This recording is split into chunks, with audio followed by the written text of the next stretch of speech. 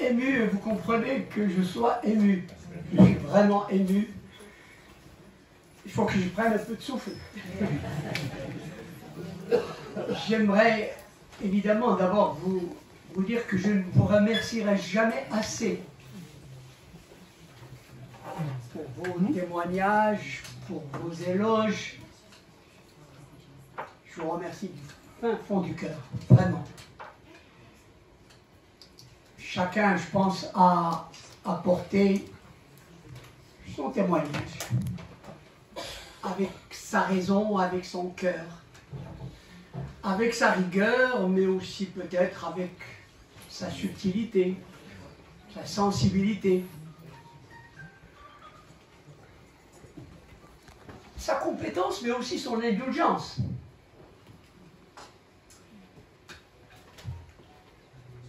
Je pense que vous êtes mes collègues, bien évidemment, mais vous êtes d'abord mes amis.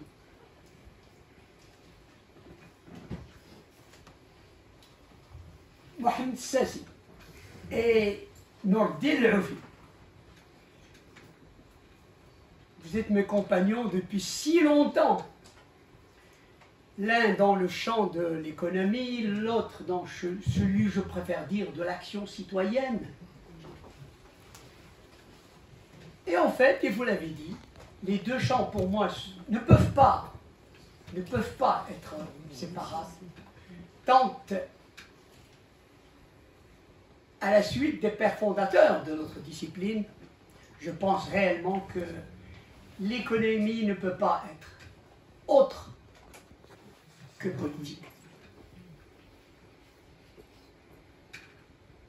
L'Arabie Zgdouni, alors, Abdelaziz Saoudi, qui malheureusement n'a pu être là parmi nous, je pense que son intervention aurait été remarquable. Driss Ben Atiyah, Allah yarhamou, je dirais là, vous êtes mes compagnons de route, également depuis si longtemps, l'un dans le champ de l'agriculture, l'autre dans celui des finances publiques, de la fiscalité, domaine apparemment assez éloigné l'un de l'autre, mais en réalité, nous avons su, à travers le temps, tisser les liens pour établir les ponts entre tout ça. Et en réalité, je vous dirais que peut-être que le pont, c'est tout simplement nos personnalités. Nous sommes des rebelles. Des rebelles. Nous, je pense que des rebelles en permanence en quête de vérité, d'équité, des gens qui tout simplement pensent ce qu'ils disent et disent ce qu'ils pensent, sans langue de bois, à tel point que dans un certain establishment, on dit de nous, ah c'est des gens intéressants, c'est des gens bien, il faut les respecter. Surtout pas les fréquenter. Et en fait, je vous assure très naturellement, nous nous sommes appelés les pestiférés. Hein? Tu as oublié de dire ça, tu as dit mon pote, tu n'as pas dit mon pestiféré. Nous sommes des pestiférés et contents de l'être. Je dirais pestiférés ou béret. Vous avez compris que c'est ce qui nous donne notre crédibilité, je dirais, tout simplement. Si Mohamed Darache, tu as évoqué l'UNED, eh ben, c'est peut-être curieux, mais moi j'ai la même période. Mais j'ai en tête, tout simplement, lorsque je recherche de la bibliographie pour nos thèses, et on se retrouvait, et on se rencontrait à Cujas, dans l'une des bibliothèques du quartier latin, Et on passait des heures et du temps à accumuler. Je crois que moi, mon premier, même si évidemment les souvenirs qu'on a passés avec Guillaume sont mémorables. Chacun a conduit sa barque, mais je pense sincèrement que depuis, sans être très en lien en permanence, j'ai constaté que naturellement, eh ben, on se retrouve sur des positions, notamment sur les questions de réforme fiscale, sur les questions de finances publiques de manière générale. Nos positions sont proches, pour ne pas dire tout à fait semblables. Je te remercie, vraiment merci pour ton témoignage. Mais très cher, Abdelmouritz,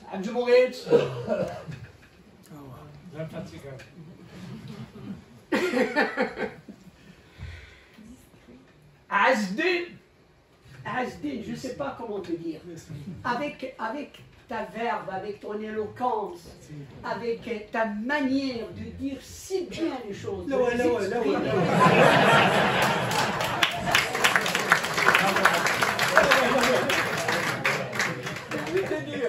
Je t'assure qu'à un certain moment, à t'écouter, je me dis, est-ce qu'il parle de moi? Tu n'as rien à m'envier, va. Samira la douce, Samira là. Je pense que vous, évidemment, vous êtes ses amis, je vais vous dire. Je vous ai connu un peu, j'allais dire, sur le tard. Mais vraiment, je peux vous assurer que précisément, vous faites partie de ces personnes qu'on regrette de n'avoir pas connu plus tôt, tout simplement parce qu'on a été privé du bonheur de votre amitié pendant longtemps. Vraiment, merci d'exister. Je ne peux pas, évidemment, ne pas citer les autres. Bouchra et Asma. J'y arrive, mon cher. J'y arrive. Il y a Mohamed Oubanal, il y a Hicham Sadouk, il y a Abdel Zarouane, il y a Ridouane Raouf, il y a Safa Akoudat, il y a Fedouan, El Mslouhi, il y a, qu'on me pardonne de ne pas les citer tous. Je viens de parler d'une nouvelle génération. C'est une génération de jeunes enseignants-chercheurs. Ils sont jeunes. Et croyez-moi, on est tous, et à juste largement, souvent, on est tous en train d'angoisser devant le vide, l'absence de relève. Eh bien, je peux vous dire que celles et ceux-là, nous rassurent et nous assurent, par leur sérieux, par leur engagement, par leur crédibilité, oui, ils nous assurent que il n'y a pas à désespérer. Il n'y a pas. La relève.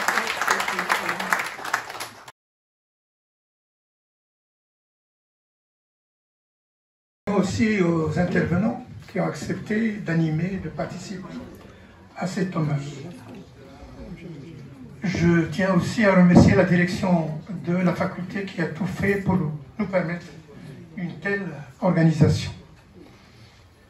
Une mention toute particulière aussi au groupe organisateur incarné par Samira Misbar, par Mohamed Oubenal et par Sadouk Hicham, à qui on souhaite le prompt rétablissement à son père parce qu'il est parti en catastrophe en France pour s'occuper de son père. Donc s'il n'est pas là, c'est qu'on a décidé d'organiser l'hommage.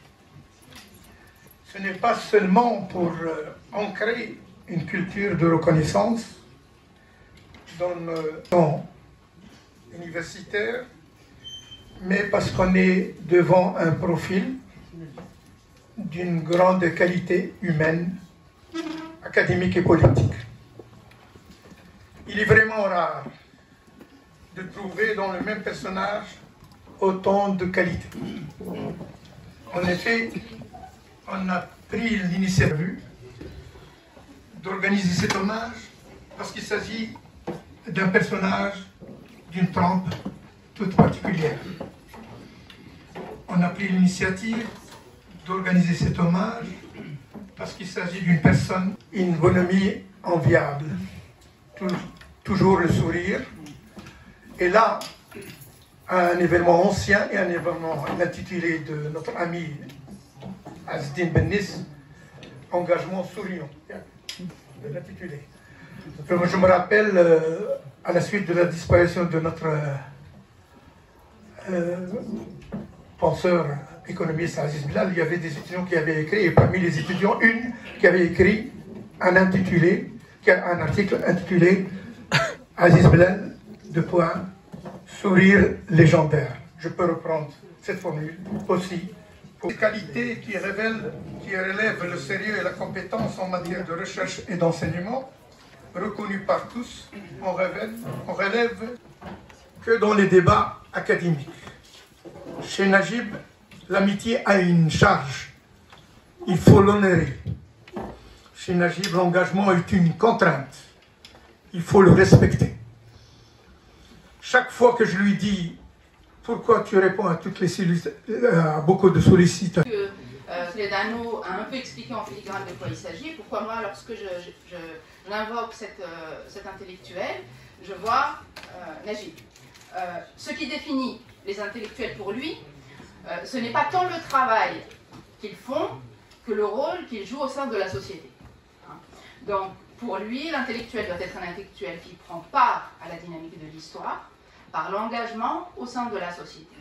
Engagement qui peut être multidimensionnel, et pour l'enseignant-chercheur en particulier, il y a un certain nombre d'actions qui lui sont demandées en tant qu'intellectuel, qui est bien sûr de transmettre le savoir, la première chose, éduquer à l'esprit critique, ce qu'on oublie souvent, encadrer les étudiants tout au long de leur parcours pour en faire ensuite des acteurs à part entière, et puis lui-même produire du savoir. Donc évidemment toutes ces qualités, toutes ces missions qui sont en fait portées par des qualités de partage, de générosité et de prise de risque, on le voit de moins en moins sur la scène de la recherche, pas seulement au Maroc, au niveau international, mais il reste des bastions. Moi, sur cette estrade et dans la salle, en font également partie. Voilà, donc en écho à ces propos de Gramsci, on peut aussi mobiliser la réflexion de Bourdieu, qui a bien développé l'idée que, loin de s'opposer, les sciences sociales et le militantisme peuvent constituer les deux faces d'un même travail. Il a bien expliqué que canaliser... J'allais dire invité pour participer à cette célébration en l'honneur de Paul, de Najib. Et ça mérite... J'y reviendrai justement. On doit beaucoup dans notre relation à Paul. C'est l'un des points que je vais... Paul Pascal. Vous voyez que lorsqu'il y a la proximité, on s'appelle par nos prénoms, y compris avec mon prof Paul Merham. Mais vous allez remarquer que pour ma part, je n'ai pas choisi, j'allais dire, un regard à travers une trame disciplinaire, d'ordre, j'allais dire, économique ou sociologique ou fiscaliste. Pourquoi, de mon point de vue, ma lecture de l'œuvre de Najib, il n'est pas réductible à une discipline. Réduire l'apport, j'allais dire, invité pour participer à cette célébration en l'honneur de Paul, de Najib. Et ça mérite... J'y reviendrai justement. On doit beaucoup dans notre relation à Paul. C'est l'un des points que je vais... Paul Pascal. Vous voyez que lorsqu'il y a la proximité, on s'appelle par nos prénoms, y compris avec mon prof Paul Merham. Mais vous allez remarquer que pour ma part, je n'ai pas choisi, j'allais dire, un regard à travers une trame disciplinaire, d'ordre, j'allais dire, économique ou sociologique ou fiscaliste. Pourquoi, de mon point de vue, ma lecture de l'œuvre de Najib, il n'est pas réductible à une discipline. Réduire l'apport, les personnes on tend vers une meilleure appréciation de leur œuvre et de leur rapport Parce qu'on est imprégné aussi par le tempérament, la sincérité, l'engagement, les soucis, les hésitations, parfois. Des moments peut-être on est un peu perdu. Et donc, je ne peux m'empêcher de rappeler, j'allais dire, la genèse de ma relation avec l'Égypte qui ont fait que je me retrouve aujourd'hui à participer à cet hommage.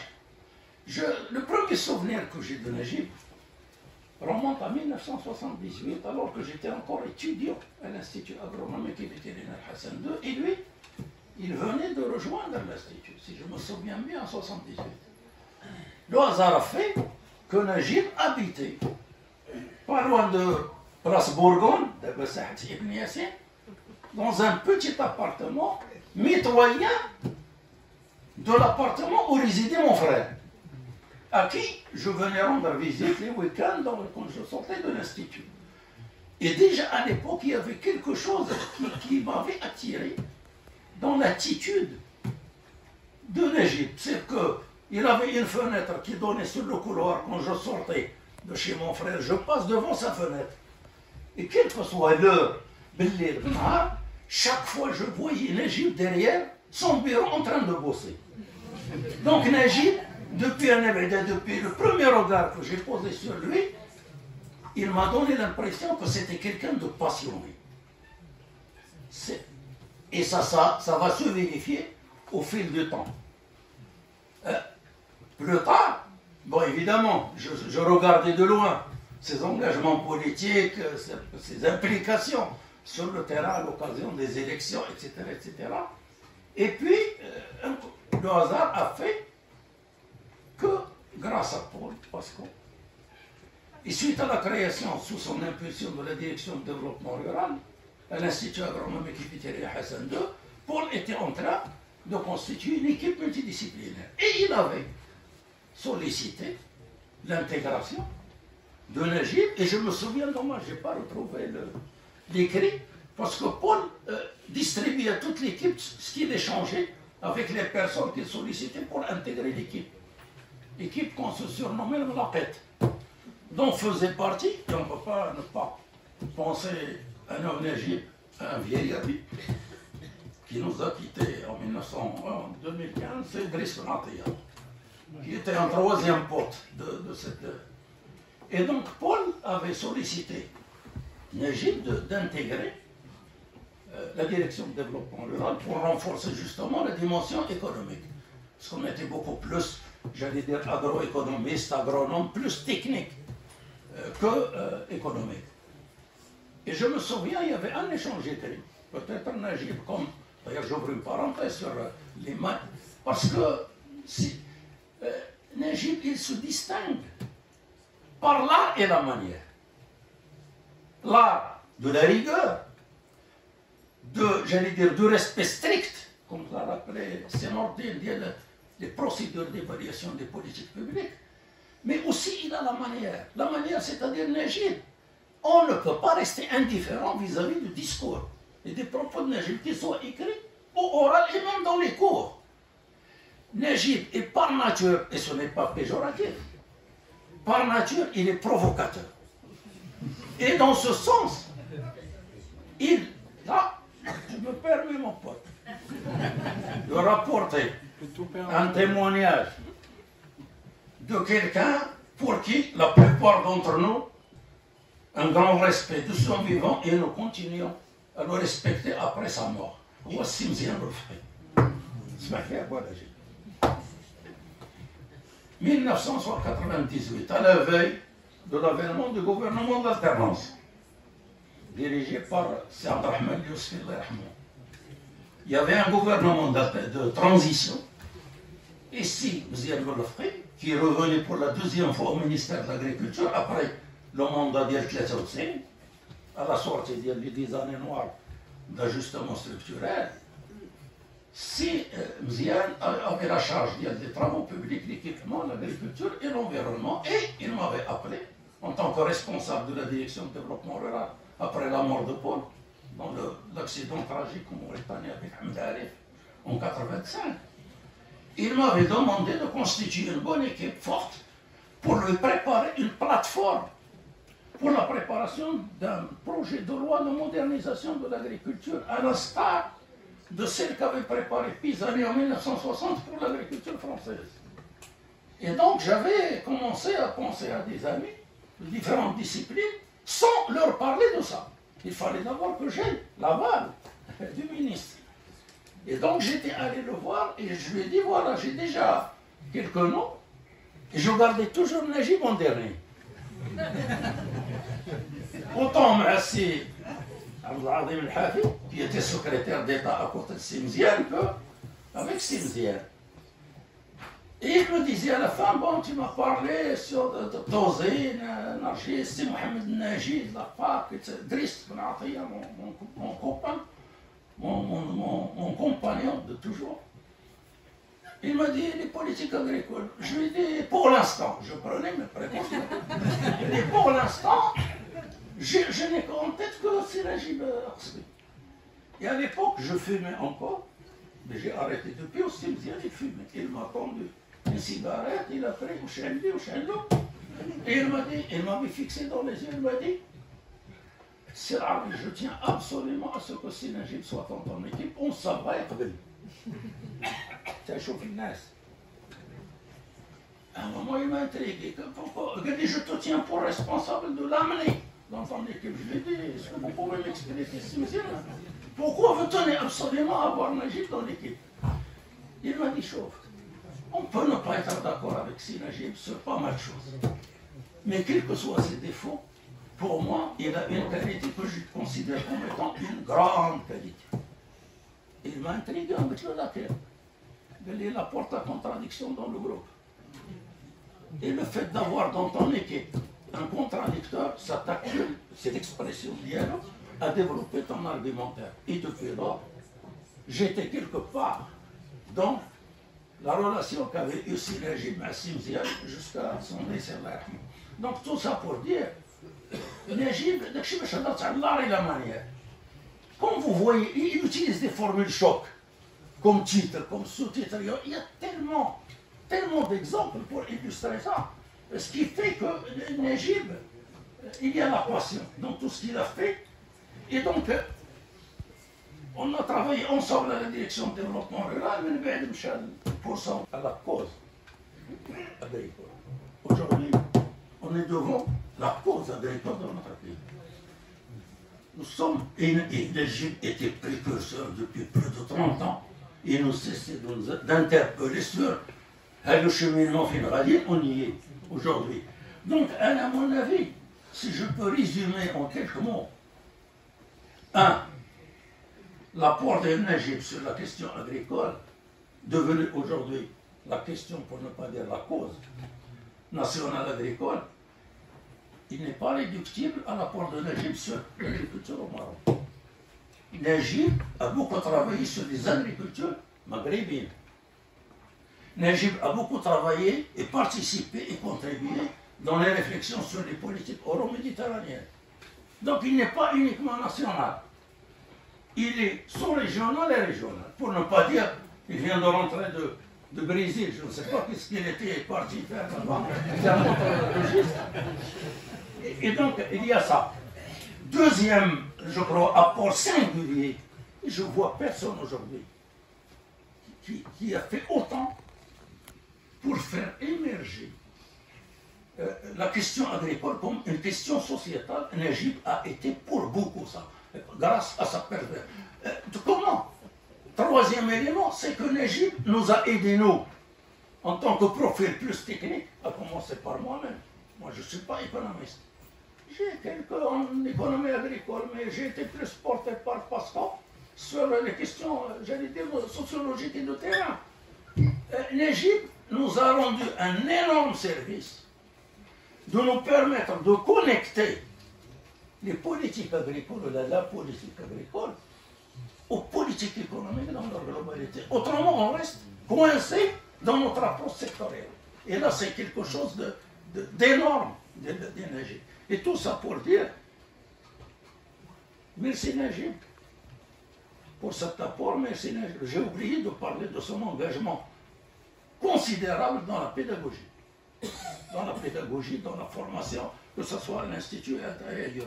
Et donc, ce que je regrette peut-être, j'aimerais pas terminer sur ça, mais bon, Najib a fait ce qu'il pouvait et il va continuer à le faire. C'est certain, je le connais, il n'arrêtera pas. Mais notre génération, je crois qu'on a un sérieux problème de relève. D'abord, Haïdou Najib. Qui d'autre sur des politiques publiques qui a investi autant d'années et avec autant d'énergie? Il y a certains qui, à un moment, ils ont participé, on les voit plus sur cette question. Et aujourd'hui, malheureusement, on est devant une situation très grave pour la question agricole et rurale, et nous avons besoin, grandement besoin, d'analystes comme Najib. Et en tous les cas, merci mon pote. C'est pas pour vous faire.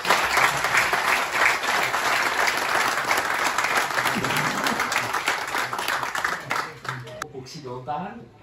Par contre, celle du Moyen-Orient, essentiellement Souria ou l'Irak, était de faible importance, comme également la Fédération des pays socialistes également était de faible importance. Et on a milité ensemble dans le cadre du Bureau fédéral.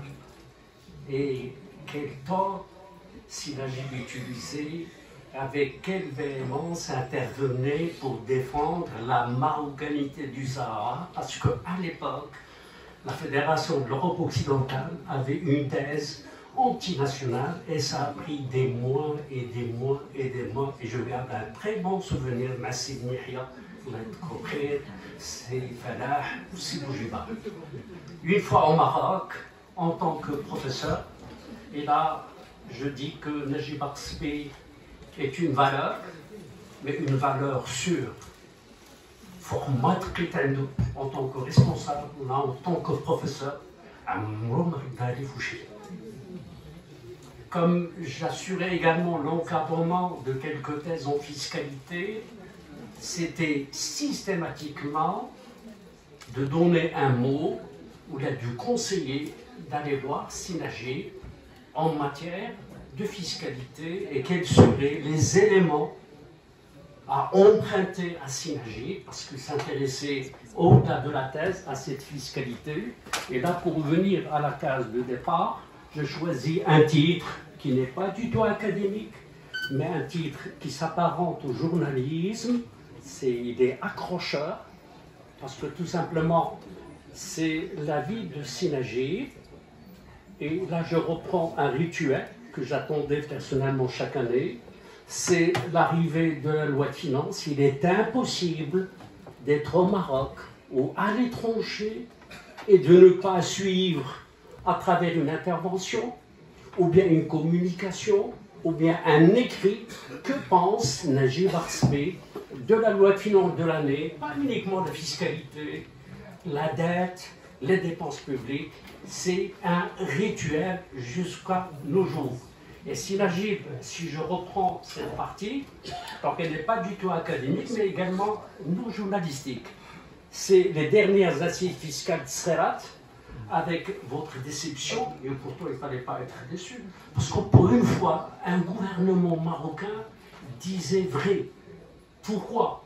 Parce qu'il a choisi un thème pour les assises fiscales, l'injustice et l'inégalité fiscale au Maroc. Pour une fois, on a officiellement un gouvernement qui reconnaît l'inéquité et l'injustice de cette fiscalité. Bien sûr, les débats étaient houleux lors des 3 et 4 mai. Les recommandations, il y avait une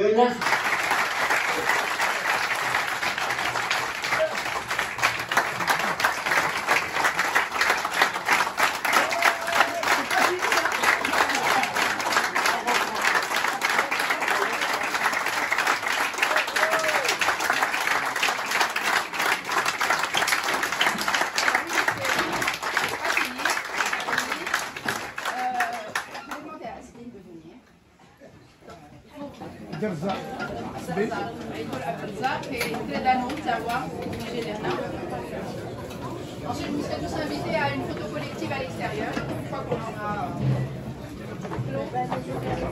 Darza, je suis là, je suis là.